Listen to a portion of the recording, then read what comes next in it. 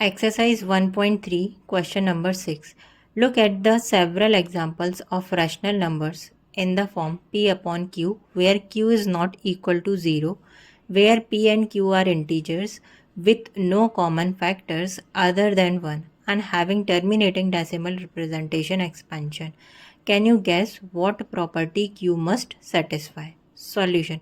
इस क्वेश्चन में हमसे ये पूछ रहे हैं कि हमें एक फ्रैक्शन p अपॉन q के फॉर्म में लेना है जहाँ पे हमारा p एंड q इंटीजर हो और इनमें कोई कॉमन फैक्टर नहीं होना चाहिए 1 के सिवा। मीन्स 4/5 ये इन दोनों में सिर्फ 1 ही एक कॉमन फैक्टर है। जैसे अगर हम 3/6 लेते हैं तो ये डिवाइड हो सकते हैं, 3 1 जा 3, 3 2 जा 6, बट 4/5 सिर्फ 1 से ही डिवाइड हो सकते हैं।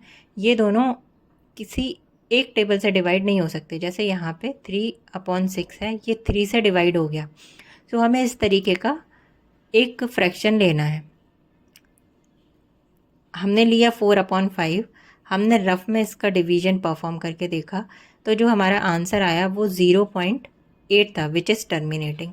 अगेन हमने एक और लिया 7/2, the answer will be 3.5। Again the answer is terminating. Next 3/10, the answer will be 0.3, so it is terminating again।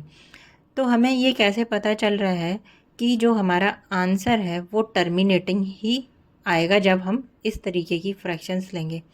इसकी एक फॉर्मूला कह लो, एक ट्रिक कह लो, वो होता है। तो वो क्या है स्टूडेंट कि अगर हम जो डिनोमिनेटर है मीन्स जो q है उसको हम 2 की पावर m मल्टीप्लाई 5 की पावर n के फॉर्म का लें तो हमारा जो रिज़ल्ट आएगा वो हमेशा टर्मिनेटिंग होगा।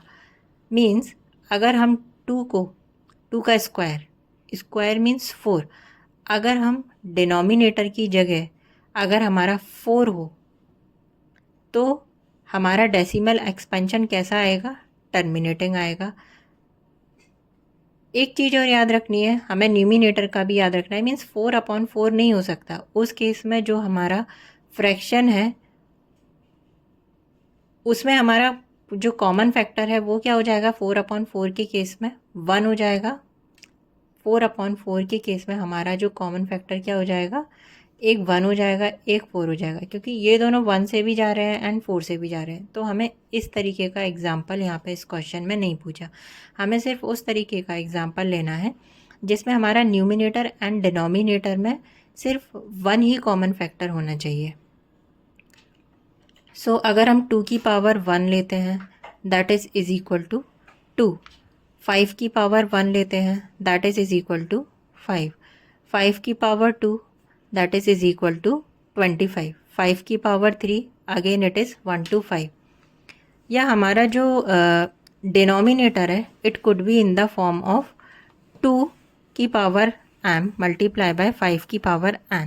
मीन्स 2 की पावर 1 मल्टीप्लाई बाय 5 की power 1, the multiplication would be 10। So we could also take 10 in the denominator। For example, if you can take the example here 3/10, it is 0.3, so the answer is terminating। So the final answer is to get the terminating decimal representation, the denominator should be in the form of q is equal to 2 की power m multiply 5/n। This is the solution। Thank you।